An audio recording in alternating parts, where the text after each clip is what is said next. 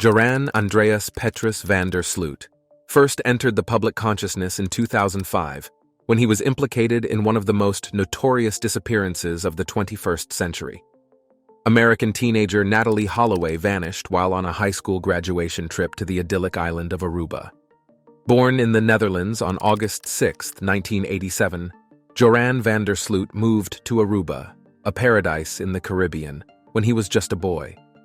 He grew up known for his charisma and charm, living a seemingly normal life under the tropical sun. Little did anyone know that this young man's life would soon become the subject of one of the most infamous true crime stories of the century. Despite the global media attention and a high-profile investigation involving both Aruban and American law enforcement agencies, Holloway's disappearance remained a mystery. No trace of her was ever found, and she was officially declared dead in 2012 by an Alabama judge. She came to wake me up so I could drive her to a friend's house for a ride to the airport. I helped her get her bag out of the car and just kissed her goodbye, said I love you, have a great time. Never could I have imagined.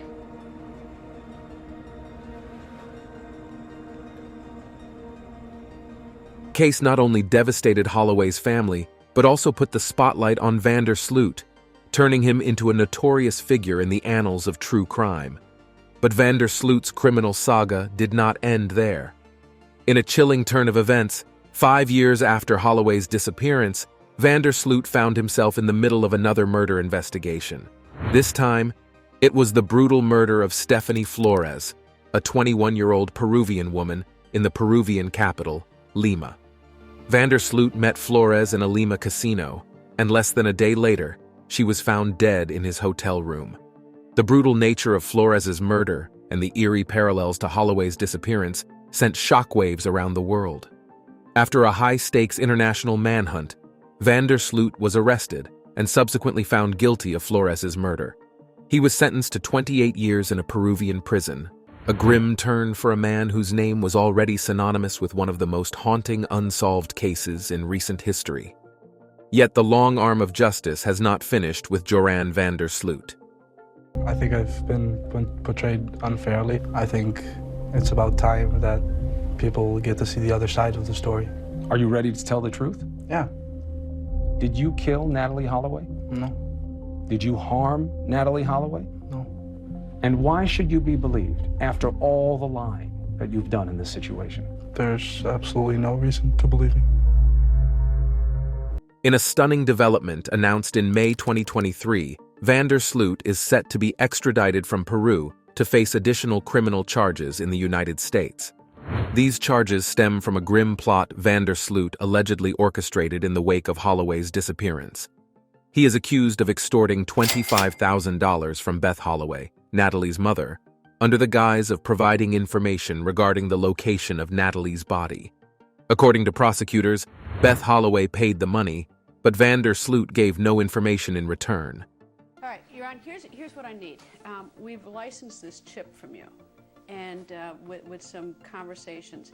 And when we took that chip and gave it to an expert, the expert was a little bit confused, so I need to get the facts and circumstances around it so we can corroborate it, so we can go out and investigate and do what you ultimately want. And maybe I should ask you, what do you ultimately want out of this? I guess for it just all to be over, that's it, just for me to be able to get on with everything and feel okay. That's what I ultimately want out of it. And I know if you guys look into this that you're going to find out. I think definitely with everything I gave, if you really go and look into it, you're going to stumble across something that will get you more answers. I'm sure about it. I know it. This cold-hearted act of manipulation adds another layer of villainy to van der Sloot's already dark reputation. In 2023, Joran van der Sloot was sentenced to an additional 18 years in prison in Peru for drug smuggling. Because a prison term in Peru cannot exceed 35 years, he will be in prison until 2045.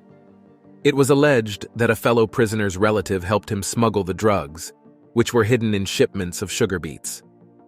Beth Holloway, a woman who has endured unimaginable pain and loss, expressed her gratitude to officials in both the U.S. and Peru for their relentless pursuit of justice.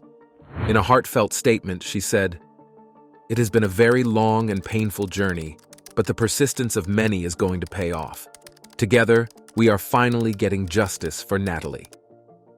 Please help bring her home.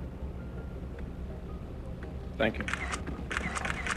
Vander Sloot was handed over to the U.S. for prosecution and returned to Peru once the proceedings concluded.